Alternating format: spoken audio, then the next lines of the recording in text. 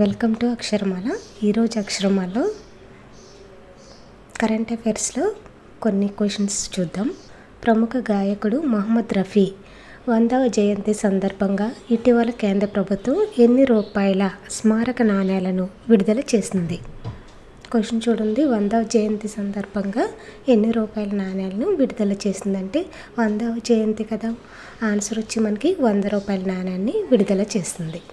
పంజాబ్లోని అమృత్సర్ సమీపంలోని రఫీ జన్మస్థలం కోట్ల సుల్తాన్ సింగ్ గ్రామంలో ఈయనకి 100 అడుగుల ఎత్తైన రఫీ మినార్ను కూడా నిర్మించాలని కేంద్రం నిర్ణయించింది. 100వ జయంతి సందర్భంగా ఏంటో 100 రూపాయల నాణ్యాన్ని రిలీజ్ చేసింది.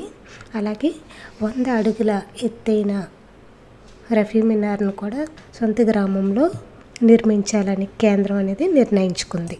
నెక్స్ట్ చూడండి. దేశంలోనే మొదటి ఆటోమేటెడ్ బయోమెడికల్ వ్యర్థాల మార్పిడి వ్యవస్థ సర్జనంను ఇటీవల ఏ ప్రముఖ ఆరోగ్య సంస్థ ప్రారంభించింది?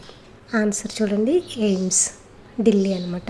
ఇది తిరువనంతపురంలోని CSIR NIST ద్వారా అభివృద్ధి చేసిన సర్జనం అనేది సంప్రదాయ బయోమెడికల్ వ్యర్థాల తొలగింపు పద్ధతులకు పర్యావరణ అనుకూల ప్రత్యామ్నాయం.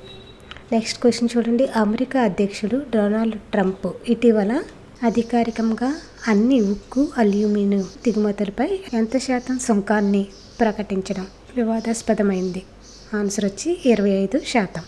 గాజాపై ఇజ్రాయెల్ చేసిన దాడుల్లో 9 ఏళ్ల బాలుడైనటువంటి మహమ్మద్ అజౌర్ తన యొక్క 2 చేతులను కోల్పోయాడు. ఈ చిత్రాన్ని మహిళా ఫోటోగ్రాఫర్ అయినటువంటి Samar Abu Elouf the New York Times కోసం ఈ ఫోటోను తీశారు. ఈ ఫోటోకు గాను World Press Photo of the ఇయర్గా 2025 సంవత్సరానికి ఎంపికైంది. ఆంధ్రప్రదేశ్లో ఎస్సీ వర్గీకరణను ఏపీ ప్రభుత్వం 2025 ఏప్రిల్ 15 నుంచి అమల్లోకి తెచ్చింది. వర్గీకరణ ప్రక్రియకు సంబంధించిన ముసాయిదా ఆర్డినెన్స్కు ఏప్రిల్ 15 మంత్రివర్గం ఆమోదం తెలిపింది. తర్వాత గవర్నర్ కార్యాలయానికి నివేదించగా ఏప్రిల్ 16 ఆయన దాన్ని ఆమోదించారు.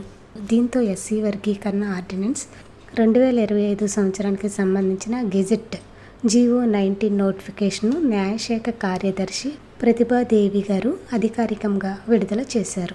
ప్రతి సంవత్సరం ఏప్రిల్ 19న శాటిలైట్ టెక్నాలజీ డేగా ఏప్రిల్ 19ని నిర్వహిస్తారు. ఈ రోజున ఉపగ్రహ సాంకేతికత సహాయంతో సాధించిన విజయాలను ప్రజలకు తెలియజేయటం, అంతరిక్ష రంగంపై వారిని చైతన్యపరచడం ఈ రోజు యొక్క ముఖ్య ఉద్దేశం.